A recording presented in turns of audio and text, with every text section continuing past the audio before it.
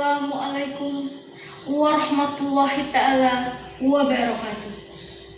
Alhamdulillah, alhamdulillah, alhamdulillahirabbil alamin. Assalatu wassalamu ala asrofil anbiya'i wal mursalin Sayyidina wa maulana Muhammadin wa ala alihi wassabi ajmain. Amma ba'du.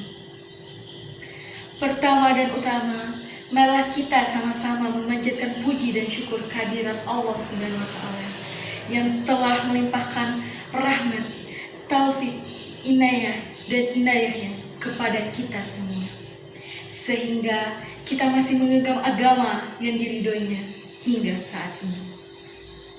Semoga nikmat iman dan Islam ini senantiasa Allah limpahkan atas kita hingga akhir usia. Amin, amin ya robbal alamin. Salawat teriring salam kita haturkan kepada junjungan agung kita, Nabi besar Muhammad Sallallahu Alaihi Wasallam, beserta keluarga, sahabat, dan seluruh penganut beliau hingga akhir zaman.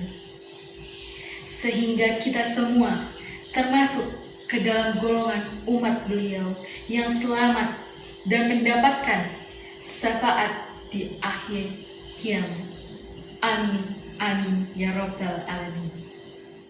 Muslimin dan muslimat yang dirahmati Allah Subhanahu wa Ta'ala, marilah kita beriman dan bertakwa kepada Allah Subhanahu wa Ta'ala dengan sebenar-benarnya takwa, dalam arti imtisalu awamirillah, berkomitmen menjalankan apa yang diperintahkan Allah Subhanahu wa Ta'ala, dan berkomitmen memproteksi diri dari aktivitas yang dilarang oleh Allah Subhanahu wa Ta'ala. Islam sebagai ad-din mengandung ajaran yang komprehensif dan sempurna. Islam mengatur seluruh aspek kehidupan manusia, tidak saja dari aspek ibadah, tetapi juga aspek muamalah, khususnya dalam ekonomi Islam. Ajaran Islam tentang ekonomi cukup banyak, baik dalam Al-Quran, Sunnah, maupun ijtihad para alim ulama. Hal ini menunjukkan bahwa perhatian Islam dalam masalah ekonomi sangatlah besar. Ibadah ini diperlukan oleh umat manusia untuk menjaga ketaatan dan ketundukan serta keharmonisan hubungan antara umat Islam sebagai Abdullah dengan Allah Subhanahu wa Ta'ala sebagai Zat Maha Pencipta Al-Khaliq, dan ibadah juga merupakan media untuk mengingatkan secara kontinu tugas manusia sebagai Khalifahullah di muka bumi.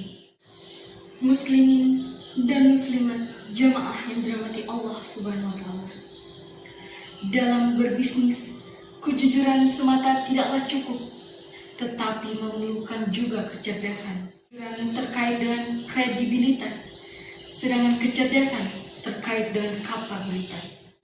Dan aspek ini akan menghasilkan kepercayaan yang dibutuhkan dalam semua bisnis.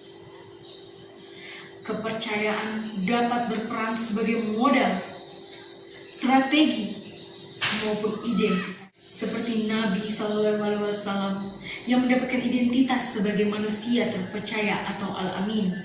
Dengan identitas ini, masyarakat Mekah tidak mempersoalkan Nabi ataupun garis keturunannya, melainkan identitas beliau sebagai al-amin tersebut. Identitas inilah yang membawa keberhasilan Nabi ketika berbisnis ataupun ketika berdakwah.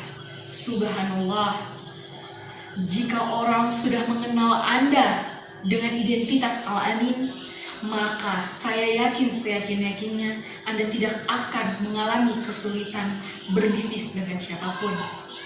Maka justru mendapat kenikmatan berbisnis dengan Anda. Nabi SAW bersabda, ada 4 sifat yang jika semuanya ada pada dirimu, maka tidak akan menjadi sebab kesusahan. Apapun harta di dunia telah lepas dari genggamanmu, yaitu menjaga amanah, bicara jujur, berakhlak mulia, dan selalu menjaga kesucian. Hadis riwayat Ahmad bin Hanbal, Al-Hakim dalam Al-Mustadrak, Al-Tabrani, Al-Khairati dalam Makarim Al-Akhlaq, Al-Baihaqi dalam Syu'ab Al-Iman dari Abdullah bin Amr, Ibnu Adi dan Ibnu Askir dari Ibnu Abbas. Berdasarkan hadis di atas, maka siapapun yang memegang teguh amanah kepercayaan, jujur, berinteraksi yang baik dengan sesama manusia, dan menjaga diri dari sifat-sifat yang mengotori hati, dengki, dendam, dan sebagainya, maka ia dipastikan hidup penuh kemudahan, termasuk dalam berbisnis. Jika kita bertemu dengan orang yang hidupnya serba susah, maka berdasarkan hadis di atas, bisa jadi itu karena ia mengabaikan sifat-sifat mulia yang diajarkan oleh Rasulullah SAW tersebut. Bisnis yang jujur tidak hanya mendapatkan surga di dunia, berupa banyak orang yang ingin bermitra berbisnis dengannya, tapi juga surga akhirat yang banyak para syuhada yang bersamanya dalam surga. Nabi SAW bersabda, pedagang yang amanah, jujur, dan muslim kelak pada hari kiamat akan bersama para syuhada.